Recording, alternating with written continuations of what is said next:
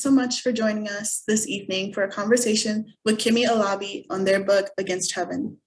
My name is Talia Wright, and I'm with the Seminary Co-op bookstores in Chicago. Our stores were founded in 1961, and in 2019, they became the first nonprofit bookstore whose mission is bookselling. Let me now introduce our presenters. Kemi Alabi is the author of Against Heaven, selected by Claudia Rankin as the winner of the Academy of American Poets' first book award and co-editor of the Echoing Ida collection. Their poems appear in The Atlantic, Poetry, Boston Review, and elsewhere. Born in Wisconsin on a Sunday in July, they now live in Chicago, Illinois. They are joined in conversation by Danez Smith. Danez Smith is the author of 3 collections, including Homie and Don't Call Us Dead. They have won the Forward Prize for Best Collection and the Minnesota Book Award in Poetry, the Lambda Literary Award for Gay Poetry, the Kate Tufts Discovery Award, and have been a finalist for the NAACP Image Award in Poetry, the National Book Critics Circle Award, and the National Book Award. Danez's poetry and prose has been featured in Vanity Fair, The New York Times, The New Yorker, GQ, Best American Poetry, and On the Lake Show with Stephen Colbert. Danez is a member of the Dark Noise Collective, former co-host of the Webby-nominated podcast Versus. They live in Minneapolis near their people. We are so happy to have you both here virtually this evening. One final note about the format: there will be time for audience questions at the end of the program. Please make sure to use the chat function, which you will find at the lower part of your screen, to submit questions. With that, I turn things to Kemi and Danez. Hey. Hello. Hi, everybody. I'm so excited for this reading. Thank you so much, Talia, for that introduction. Thank you, Seminary Co-op. Huge thank you to Danez for joining me. We're going to get started with a little reading, and then we'll jump into a conversation. So maybe I can find a way to get Danez to read something eventually, but I think this is supposed to be about my collection, so I'll start, but know that that invitation is there. So I'm going to begin with a poem that borrows some language from some musicians I love. Nick Hakim has a song where he sings, "What if heaven's right here?" And Saba, out of Chicago, has a song that goes, "There's heaven all around me." And it repeats, "There's heaven all around me, there's heaven all around me." So that language is borrowed for a double golden shovel. This poem's called Against Heaven. There's earth, amethyst, cherries in heat, trees drooling sugar, midnight's blue song. So what heaven? That kingdom holed by a coy god's touch, where green and the river began. If all Father tells it, first you slave and shiver and shuck and die, for heaven's around back gate to budge loose at the bent speck of you. Lies, no doors, no lines, look right. Me and mine kissed alive, greening. Curl up and chime against us. The river's born here. Other things happen here that aren't so much the river greening. This poem's called "The Lion Tamer's Daughter Learns the Rules."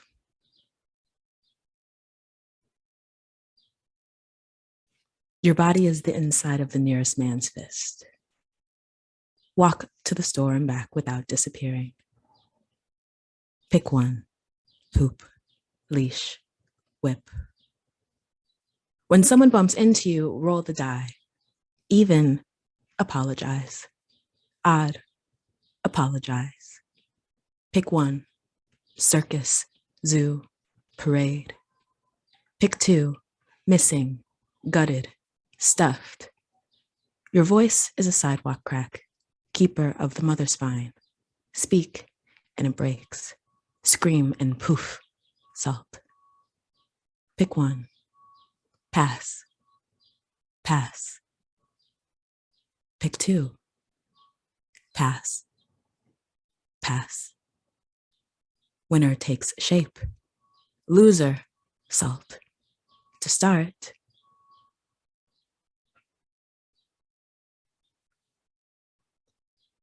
Love letter from Pompeii.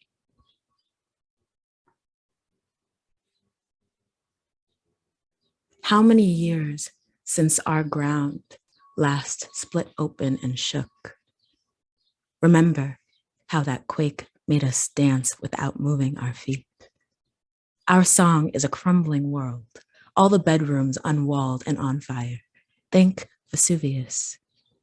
They say it's why our temples keep tipping. Say the neck spills a death heat. Before the black, red everything. Would you call this violence or weather? I don't trust your hands, but I believe your bite is guiltless as the rain. Would you call this love or the death heat? If we must melt, can it be from the inside out? Can they find our bones vined, my salt scorched into your teeth? Quick, while we're still soft, still thick grips and whole mouthfuls. I want to melt while it still feels good to scream.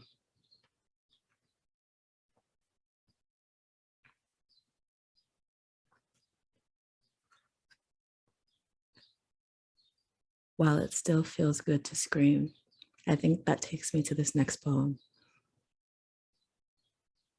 Black As. This is a poem in 2 parts. First, the wound. Not all of us survived. Grief came home, back to our throats, our lungs. Grief been black, blue-black. Tires balled between work and home black. Monday through Sunday, double shifts black. Asked about those visions, if spirits still slicked my mother's sleep, and she said she's too tired to dream, too tired to see nothing but black. Grief came home to our lead thick water, our Big Mac breakfast greasing the way between work and home black. Begged her to take sick time, but not a day off in 10 years black. Said the place would fall apart without her, but not a raise in 10 years black. Needs the health insurance. Dad used 9 diapers all before noon. Don't make pillboxes big enough black. And the copays alone. Not all of us survive. Not all living is surviving. A virus can't take what they already stole: our land, our labor, our language, our magic, our minds, our time, our time. But all my mother's mail tries to tell her what she owes. How much will her burial cost? Death, another debt, black. Grief, a bill where the body was, black. News, all markets and borders and shouts, and nothing we can live on. No news, still bad news, black. Learned about the virus on the clock, when the packages he shipped became essential. Learned about the virus when Pastor got sick, though he was covered in the blood, though she made 3rd, 4th jobs of prayer. Learned about the virus when the cough came, when the clinic wouldn't answer the phone. Remembered what the ER cost last time, so I just stayed home. When even the stores in the white neighborhoods had nothing on the shelves. When the calls from the cousins up in county came, and even their pitch was a fever. Black is a wound, yes, yes, yes, and black is a portal. Black as portal. And even their pitch was a fever. Became essential. Shouts we can live on. A bill the body owes for our magic. All living would fall apart without our black, greasing the way between home and home. Grief, our thick water spirit. Vision double, shifts black, mother blue, back home. My mother calls heaven home. So I'll go to this next poem called Voice Clear As, which is for her. Kind of. It's more for me, but you know how it goes. When my mom discovers heaven's just a noise festival, the God choir of all her loves breathing, unsnagged by asthma or Newport dragged lung. The true song life makes, untethered from a body, tugged at last from the men who hold its reins. Will she blame her pastors, like I did, for Sunday portraits of pooled white gold? Will she miss the wooden flute of her body, mourn the days corner propped, cloaked in dust, too pious to disturb a room's skin cells and stray hair with her sound? Snapped awake at the nightmare of a slip fringe, the private note sung aloud. Or, unburdened by hell, will she exhale and hear the bells? Two more. I have to go to this one since I mentioned bells. It's a wedding. A wedding, or what we unlearned from Descartes, who was a philosopher famous for theorizing a distinction between the mind and the body. A distinction I've worked to unlearn. A wedding. Beloved, last night I doused us in good bourbon, struck a match between our teeth, slid the lit head lip to chest, throat zippered open and spilling. Our union demands a sacrifice. Take my masks, my wretched, immaculate children. Sharp smiles bored with cavities. Braids thick with hair slashed off lovers as they slept. The masks grew limbs and danced, so last night to the fire. Plank pushed, cackling as they bubbled and split. Then dreamless dark. Then mercy, somehow morning reached for me. Sun found us swaddled in sweat through sheets, gauze and salve while night wore off. Oh body, always healing despite me. Oh body, twin spy tasked against my plot to rush the dying. Guardian of the next world's sweets, yes, I'll lick this salt. Yes, I'll wait our turn because today we hold hands, mother each other, bathe in warm coconut oil. Our union, our long baptism. Oh body, all I forced you to know of thirst. Yes, body, you are owed a whole lake. Yes, body, I'll kiss our wrists, hold them to our ears, and spend our days losing to the waves.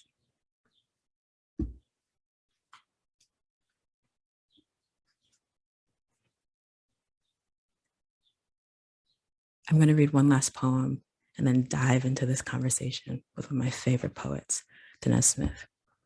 I'm going to read the last poem in the collection, and it feels really held by the first epigraph in the book, words from the filmmaker, brilliant filmmaker Tourmaline. Tourmaline, during the uprisings of 2020, tweeted out, "When we say abolish police, we also mean the cop in your head and in your heart." So this is another and the last against heaven.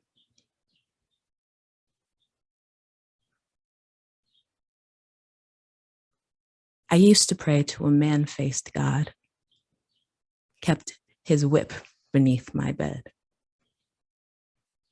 set alarms for daybreak lashings, pressed white cotton to the flame, made flags of the blood soak, raised them from my window, called this worship,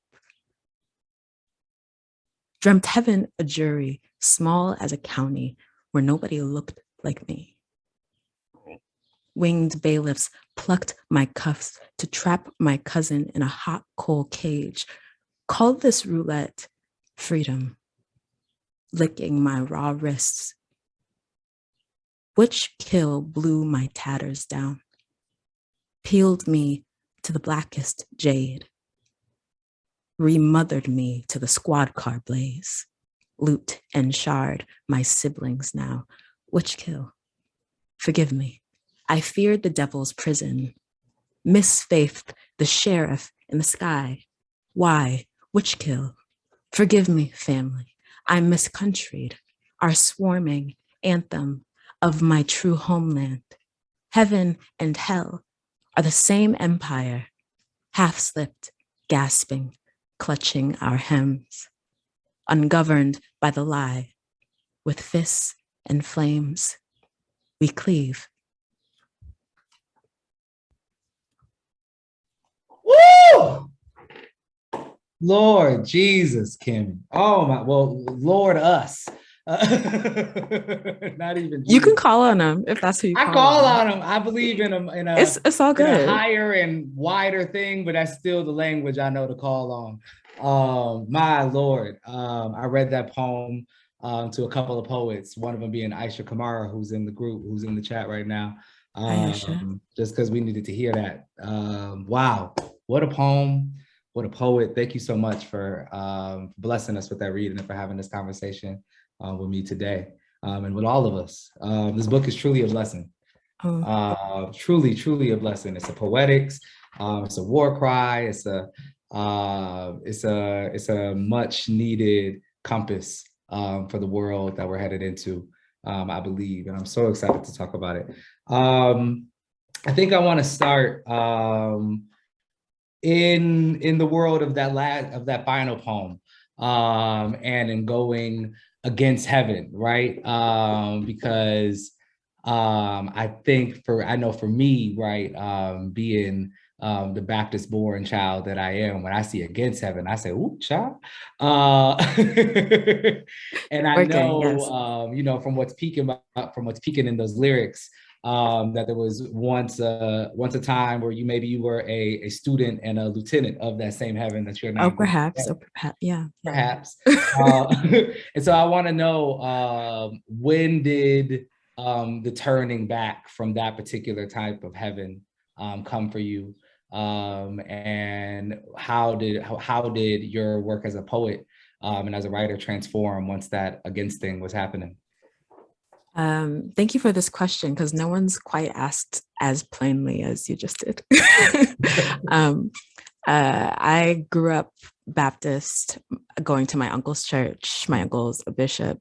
I come from a churchy family. I would be at Thanksgiving, Christmas dinner, and they'd break out into 4-part harmony, praising the Lord. So my other uncle is a maestro, like on the keys, directing the choir. And so that was just so much a part of how my family ordered itself. And I believed from a place of fear, not necessarily from a liberated space of like, let me get into this glory, but oh shit, I'm gonna go to hell. It was a very much a policed type of faith. And so that got lost when I left Wisconsin, for so many reasons. Even in college, I was singing in the gospel choir. I was in InterVarsity, which is this kind of Christian social organization situation. I was in InterVarsity. You were in InterVarsity? Oh my God. Yeah. So like the faith was still very important to me. And, but it started to disintegrate, and, as I was studying, I was studying the Bible as literature, and like, oh, who read this? I was encountering so many different lenses that outside of the specificity of Christianity, which in some iterations can be very beautiful, I was that sense of disillusionment was around how I'd policed myself in so many ways that I perhaps didn't need to. It was more in the structure as it existed in my church and also in community of this being a faith that was practiced from a place of punishment and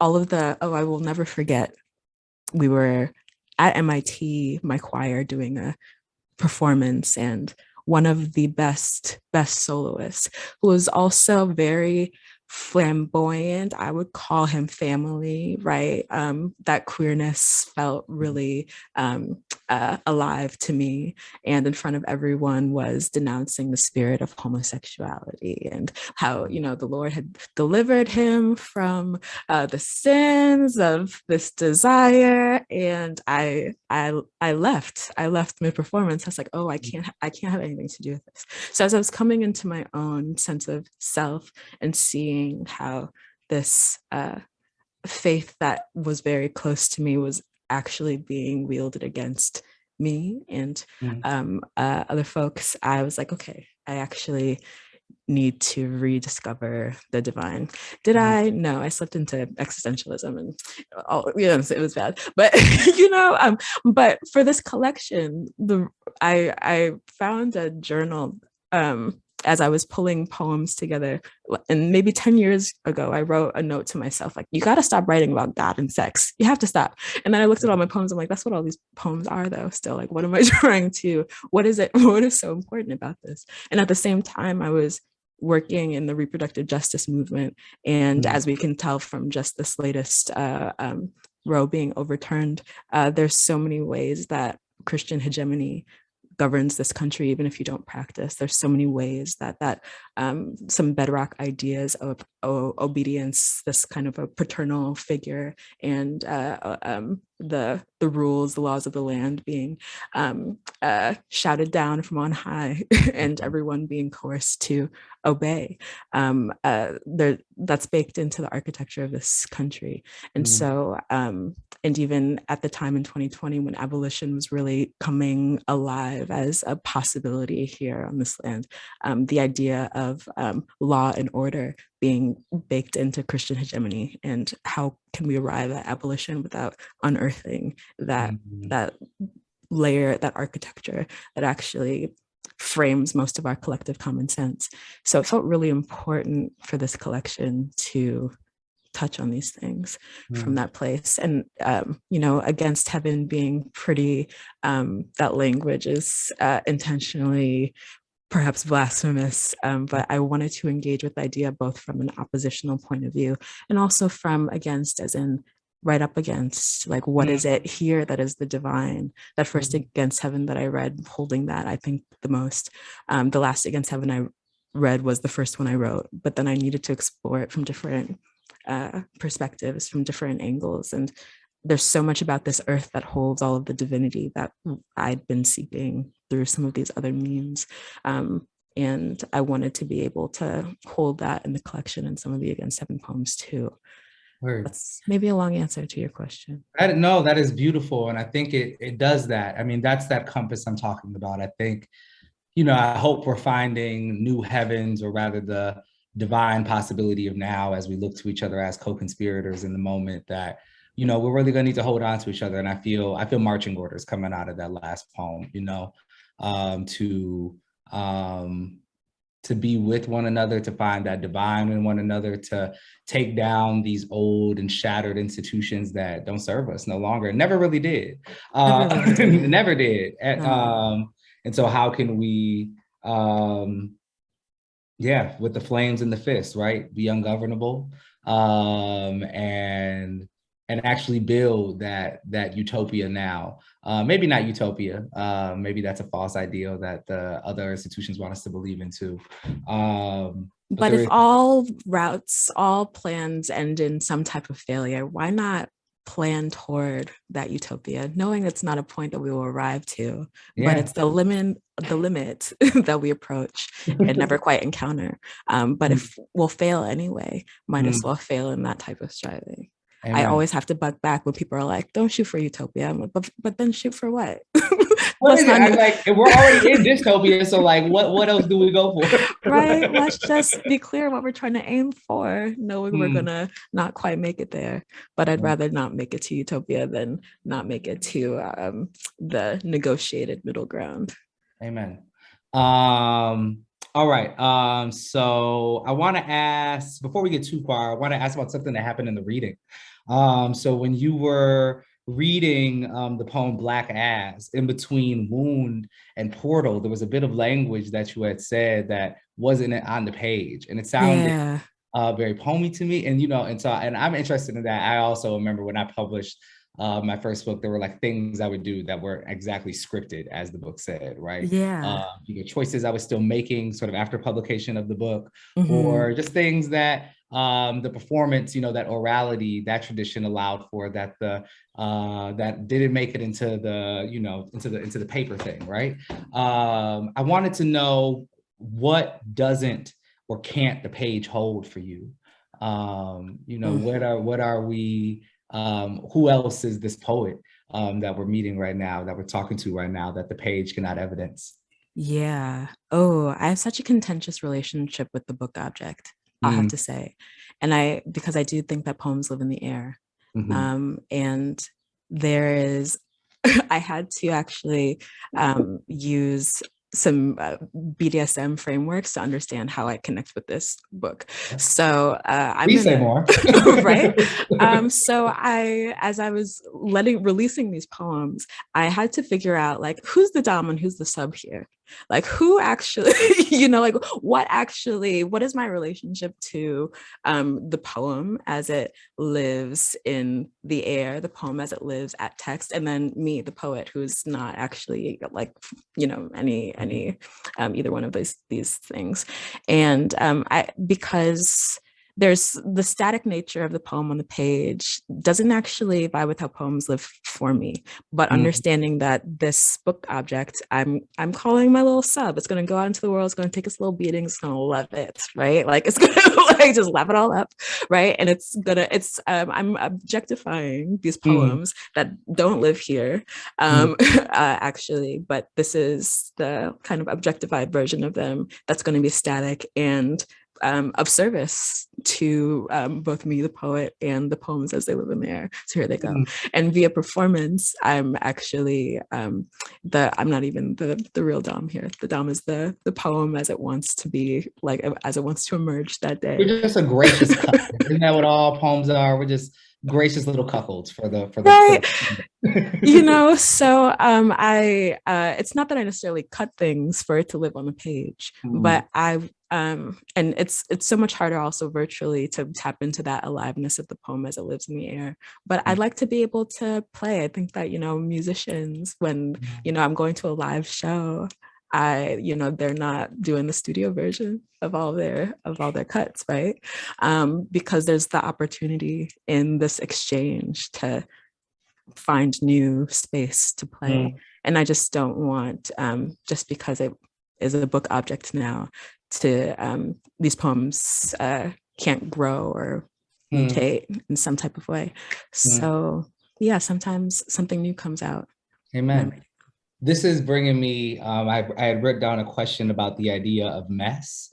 I went to a reading that you did with Sam Sachs and Derek Austin and Human Win, and you said this was the messy version of the reading on your tour. Yeah. And even this talk about, like, about improvisation, I think about that as an artful mess, right? I'm also thinking about Douglas Kearney, mess and. I'm thinking about, don't you bring that mess over here, or ooh, messing with it now, all the type of things, right? So I think mess as Blackness, right? I think, which is like, totally, I think respectability products is cleanness, right? I think the classical conductor is interested in a type of perfection that it sounds like we're not interested in, or that you're not interested in, and I'm going to go ahead and join your bandwagon. Can you speak a little bit to the idea of mess, maybe particularly its goodness and its welcomeness in your life and in your work and what it's up to? Yeah, I love mess. There's something I think you hit it on the head for me, this idea of, especially with this collection, the idea of bucking against a sense of control, killing the cops, abolishing police in our head and in our heart. And there's something about the sense of order and control that maybe some senses of poetry demands, or some senses of performance of poems demand, or any type of, not even beyond art making, as Black queer people, this idea that we are outside some type of order, control, and that mess, that wildness is something that needs to be tamed.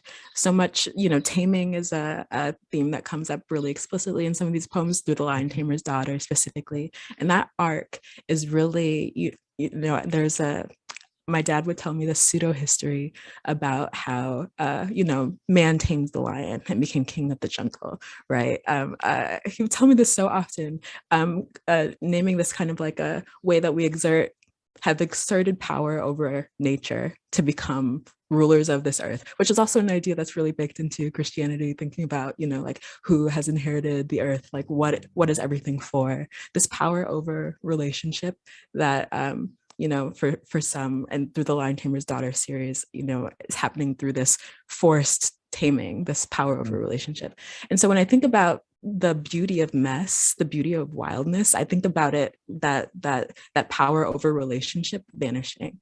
And when we're in power together relationship, when things are allowed to rewild and be messy in their kind of or organic forms, without the coerced sense of control that comes through these hierarchies, then, to me, there's something so liberatory about that. And so I really have enjoyed experimenting with the idea of mess, not trying to necessarily tighten up, or having, poems in so many different forms right next to each other, or bucking the idea of linearity as, linear time, myth, like these ideas that this is how the flow is supposed to flow. That's only through manipulation and coercion what happens when things can stay wild and a mess. I think that there's a lot of power in there, and the idea of making people more comfortable with mess, and a lack of order. How can we do that in our poetry? That idea of being unruly is also a really dangerous political idea, to just, what happens if we, here's your scheduled march where the police are like, yes, you can walk from here to here. But is that, what about chaos? How can chaos be our ally? How can the earth in its wild, untamed state, and it's like a agitation as the climate's changing, how is the earth in its most wild state our greatest comrade as Black queer people against these systems of white supremacy and societal patriarchy? I think about mess a lot, anchored in the idea of the wild, and that is what I'm hoping to practice. Word. Beautiful. Okay, I think it's time for a poem. I was gonna say, maybe since you mentioned the Lion Tamer's Daughter series, that maybe we hear the Lion Tamer's Daughter and the Whip, but I think the end of that answer made me want to hear the Against Heaven, the one on page 35 with Going Up Yonder and Louise Gluck. Okay, yeah, I can do that poem. I had a lot of problems with that Nobel Prize speech. And I have some problems with Going Up Yonder. So for the audience, Going Up Yonder is it is a really beautiful song. There are lyrics that go, I can take the pain, the heartaches they bring, the comfort in knowing I'll soon be gone. As God gives me grace, I'll run this race until I see my Savior face to face. I'm going up yonder to be with my Lord. And to me, there is something in this collection that wants to reclaim the idea of Earth as a potential paradise for Black folks, not needing to wait for the elsewhere to find freedom. And there's a heaven that exists in the white imagination, or that has been useful to the white imagination, in claiming the earth as it's heaven. It's like, y'all can wait for yours. We'll have ours here. Y'all can wait for yours. And I feel like that's what this Nobel Prize speech was doing. Not to explain the poem away, but I needed to use this text to reckon with my anger about this media. I didn't know how to articulate that anger, but I knew I had feelings. So I used them for kind of a little pseudo acrostic double golden shovel with this text that I'll read right now. I don't quite know how to read this poem either. Maybe you can give me some tips later. Against heaven. I can take the pain, whittling Dad's body to the red balances of his account. The heartaches they bring, twin strokes, diabetes, ritual crucifixion of his feelings, and the comfort in knowing while he drives cab, there's engineers in Lagos with his experience. I'll soon be gone. College flung debt child taught empire contains no blame. As God gives me grace, I dump his dope, cut and flushed till I'm no wish. I'll run this race clean sinning, judge hunting, hex lining a route to revenge, until I see my savior in a city on fire, bank windows busted by Jesus himself, face to face with riot cops, tased to piss, tunic charged with only the belief. I'm going up yonder to jailbreak cousin. Everybody named that in the perfect world. Going up yonder to repo mansions. Little black boy swears he has been promised. I'm going up yonder to the Michelin stars. Cash my feast post-dated after death.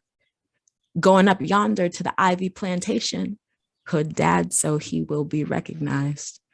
I'm going up yonder in a tux of knives, cursing in tongues. Turned down for what? To be with my Lord. Tell the whiz to guard his curtain. I know exactly what he is. That's a fucking poem, y'all. I think you read it exactly like that, because you're taking these two things that you're in, that you're also against, right? That you have this complication with, that you actually are repoing into this beautiful anthem, this necessary call, right? When we get to the book, we can read it down the sides and we can see, you know, I can see what you got problems with in the speech when I read down that left side, or that, what hand is this, that right side? It's also just like so messy and so appropriate, going up yonder against Louise Gluck, who is just like a white woman, for real, for real. She has a freaking umlaut in her name, right? That is the measure of whiteness. That is the metric. How white are you? I have umlaut. Chloe, you doing it. Reclaim it for us, Chloe. But that is it. Like, you know, screw both of those. You know, thank you for the inspiration and the anger to write this poem that is so freeing and so welcoming into the better world that we need. Hood dad, so he will be recognized. Everybody named cousin in the perfect world. Come on. Okay, I want to get into some crafty, nerdy poetry questions for a second. Okay. I think one, just coming off of that, how does the poem come to you? I think like that was one of the ones where I was like, this nigga put Going Up Yonder and Louise Gluck in the same damn poem. How the hell does that happen? Like, what is drafting like for you? When in editing do you maybe most commonly feel the poems open up and become something? How many things do you know about the poem before you go into it? And I try to suss the thing out. Oh, I really appreciate that framing for it, because that's when I can enter, because I know so little about the poem. And so poems like this Against Heaven, and many of them that are using borrowed text, that's a bit different, because I have a form that I know that I'm playing with. I didn't understand what forms were going to be in this collection until I started, reveal themselves to me as tools that might be helpful for my thinking, and that could hold the music of the poems that I wanted. And so usually, I mean, I love just going to the page and taking a little walk. And that's how, you know, and through that process over and over again, that's how many poems find me. They're like, you're my parents. And it's like, yes, come to me. And, you know, so, and I love to play. I love to play on the page. That's the only way poems happen for me. It has to be a pleasurable experience. It has to be having a ton of fun. And so something like, these poems where I'm using found text, it becomes like a little puzzle. Specifically for this Against Heaven, I already wrote two of them, or completed two of them that I felt good about, the two that I read at the beginning. And it felt like there were still more arguments to be made to flesh out Against Heaven. How could you make a statement like that? What does that mean? And so I started just thinking about all the ways that I've encountered ideas of heaven that feel like full stop no's to me.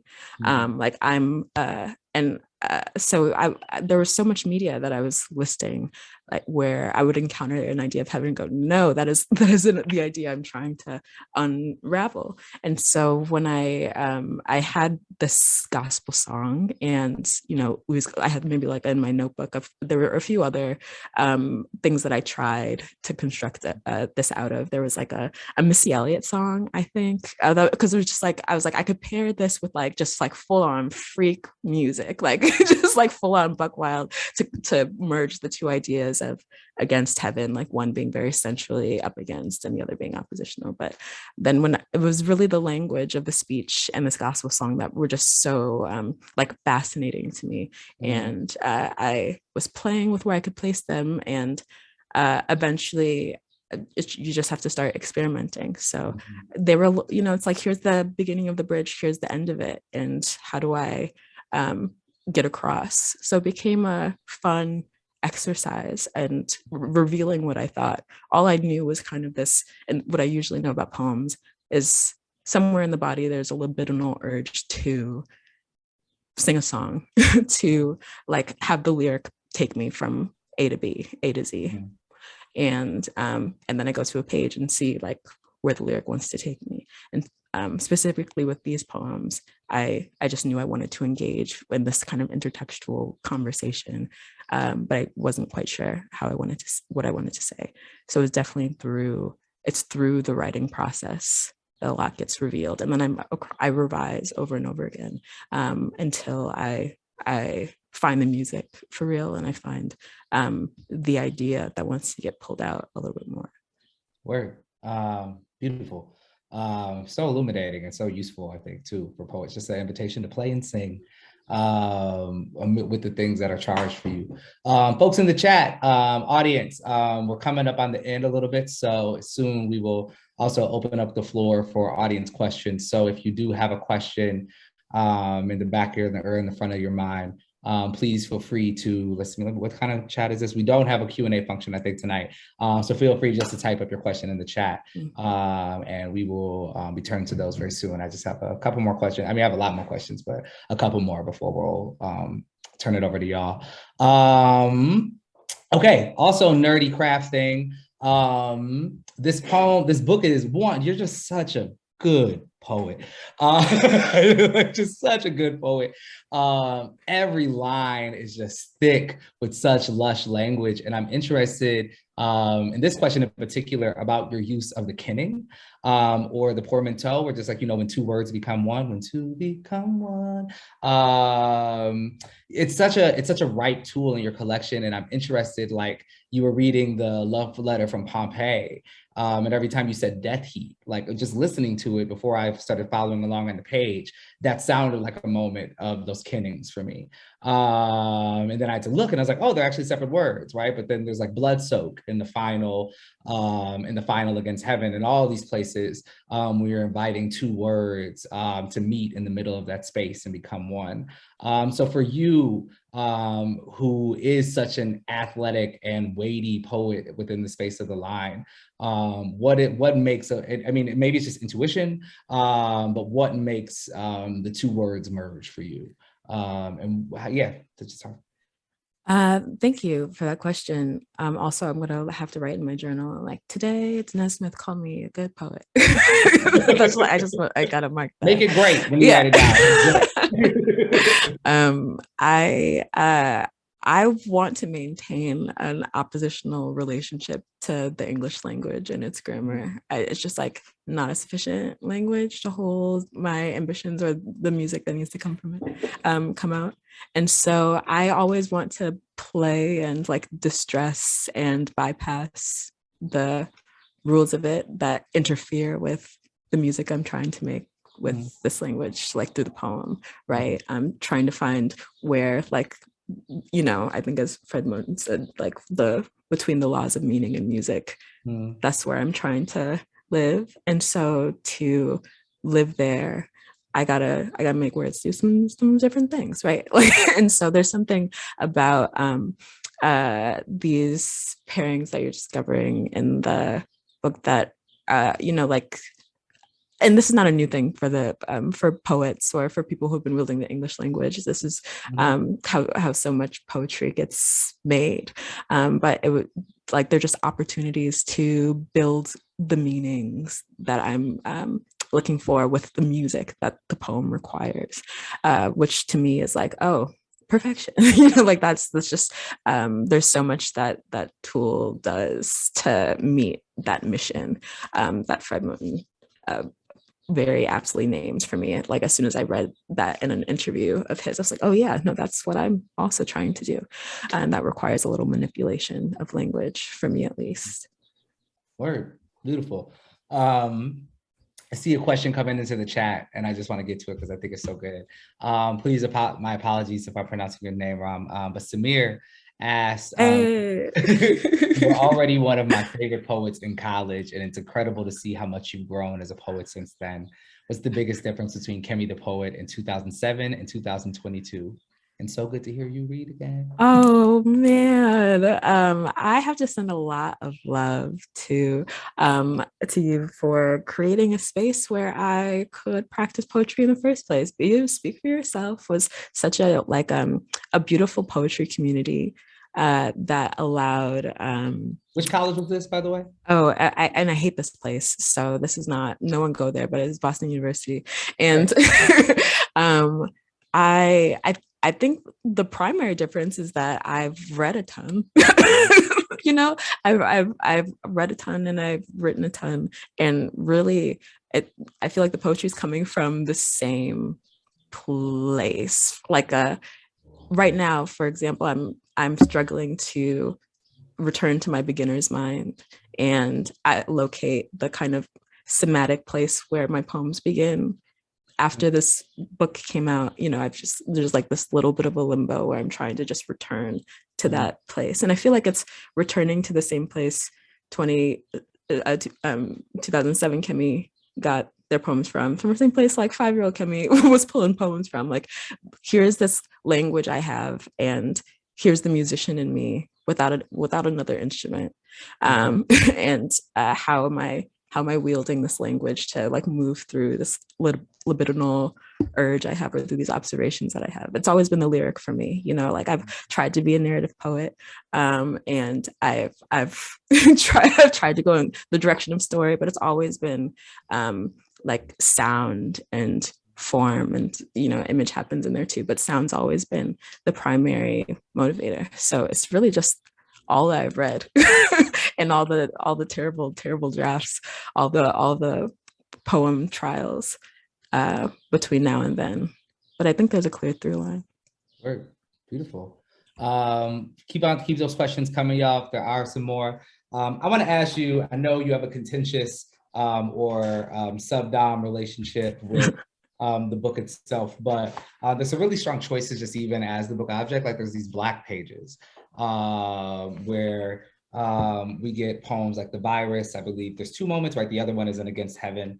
And I'm wondering what was going through your mind choosing to put this Black space with this white lettering into the book. What energy, because it's not like I think they are like kind of sad, but there's also melancholy and sadness and these other feelings elsewhere in the book. And so why the Black paper? It's so strong. I love it. Tell me more. Yeah, the poems as they first lived in the version of the manuscripts that I gave Grey Wolf, or that the Academy gave Grey Wolf, it was blacked out still, but it wasn't the whole page. So the decision to have it bleed through the margins, like on black paper, is chances at Grey Wolf was like, let's just expand this to the whole page.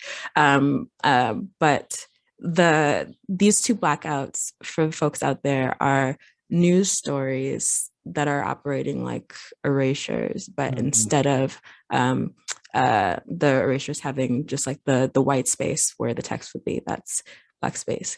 And those two news stories, the first one is a PBS NewsHour story talking about how the spread of these viral images and video of murders of Black people by the police, how like the type of impact that they're having on people.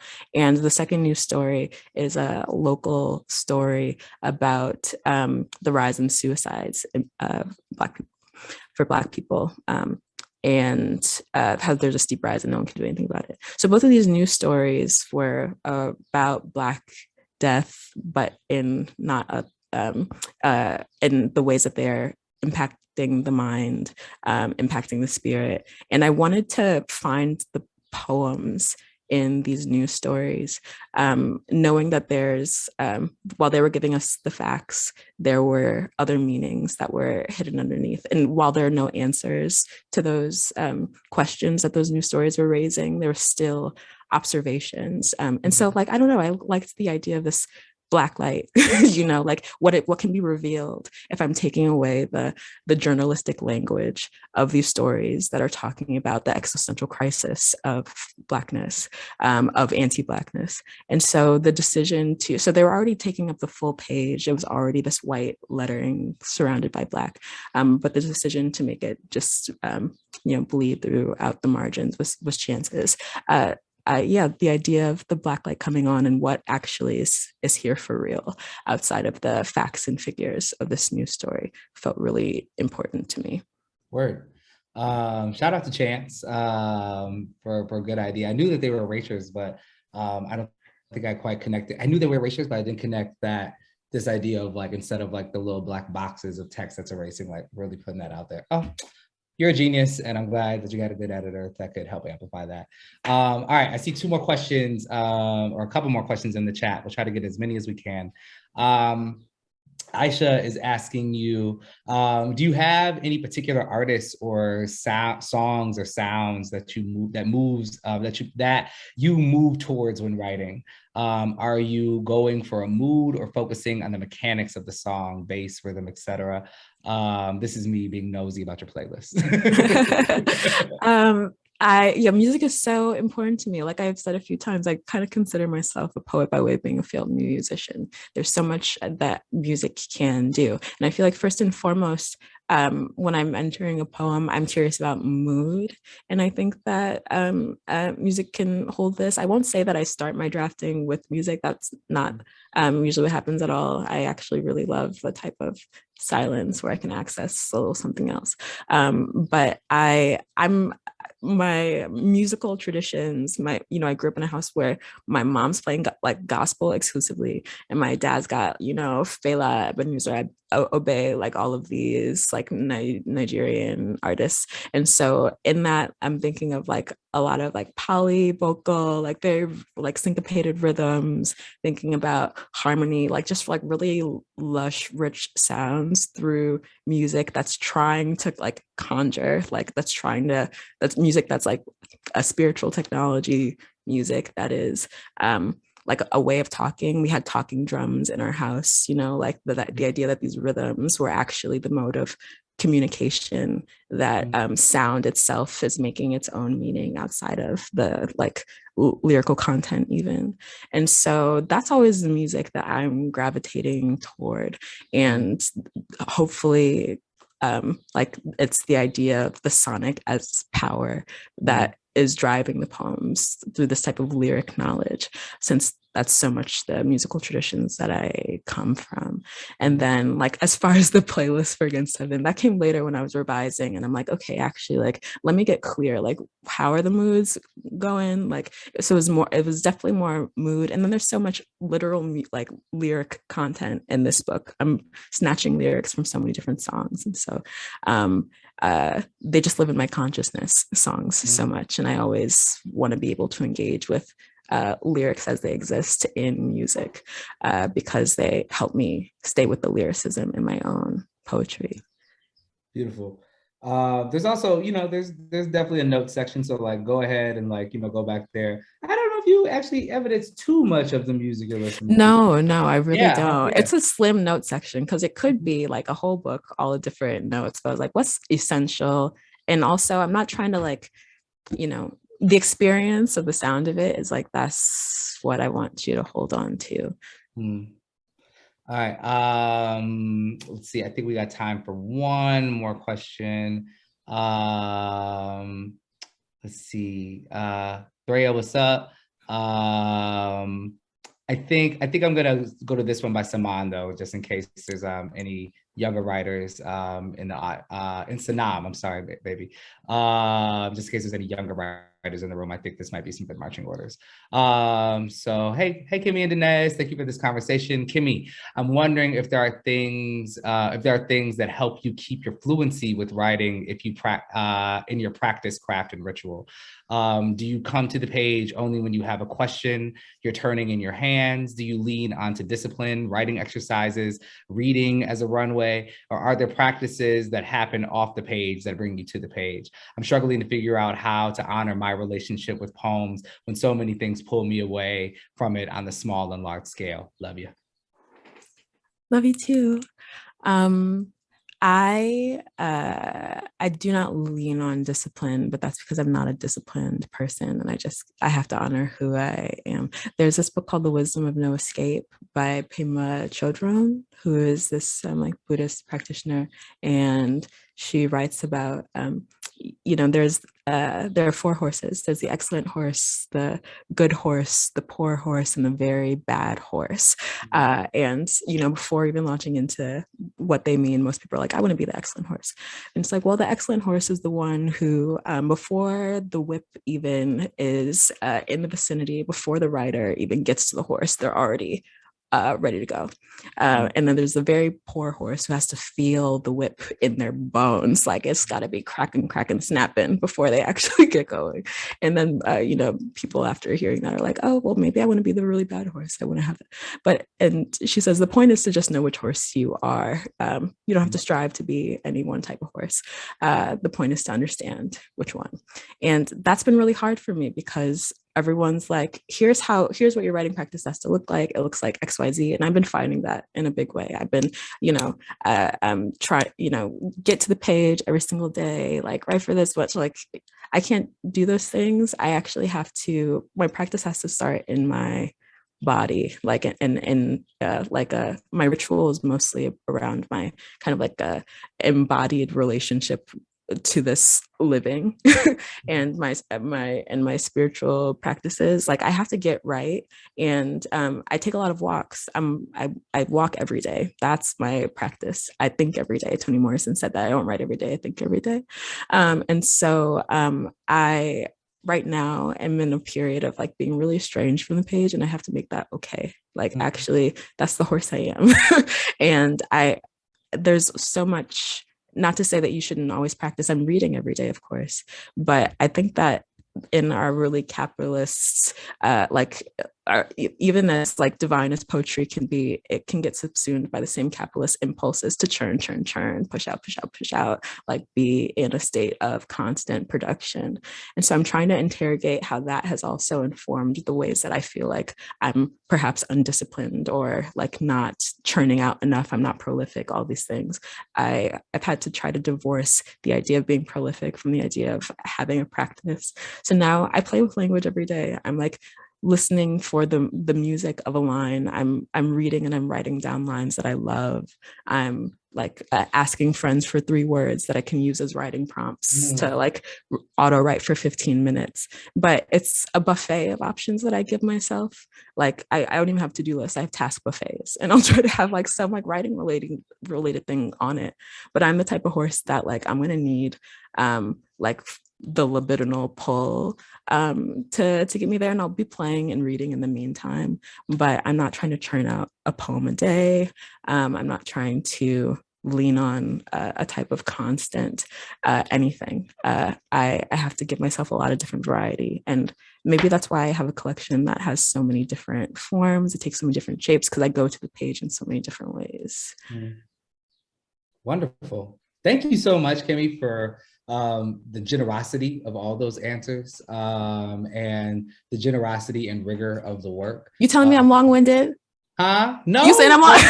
Those are very generous responses. Look. I don't know if you've been to a Danez Smith Q&A, but trust me, the answers be long. So they're thorough. All right, you're not long-winded. You're thorough. But thank you so much for everything you brought to this conversation. It has been a pleasure, truly. And I'm gonna kick it back to Caitlin from Seminary Co-op to take us out. Thank you guys so much, Danez and Kemi. And thank you, Kemi, for a wonderful reading. Thank you, Danez, for your wonderful questions. This conversation is going to stick with me for a long time. And thank you to the audience members for being here with us. For those tuning in from Chicago, we do have copies of Against Heaven in stock at the Seminary Co-op bookstores in Hyde Park. For those not in Chicago, you can also find it online at simpoop.com. But thanks again for sharing space with us. Thank you so much, Kemi. It's been a pleasure. Have a great night. Thanks, everyone. Bye. So, y'all.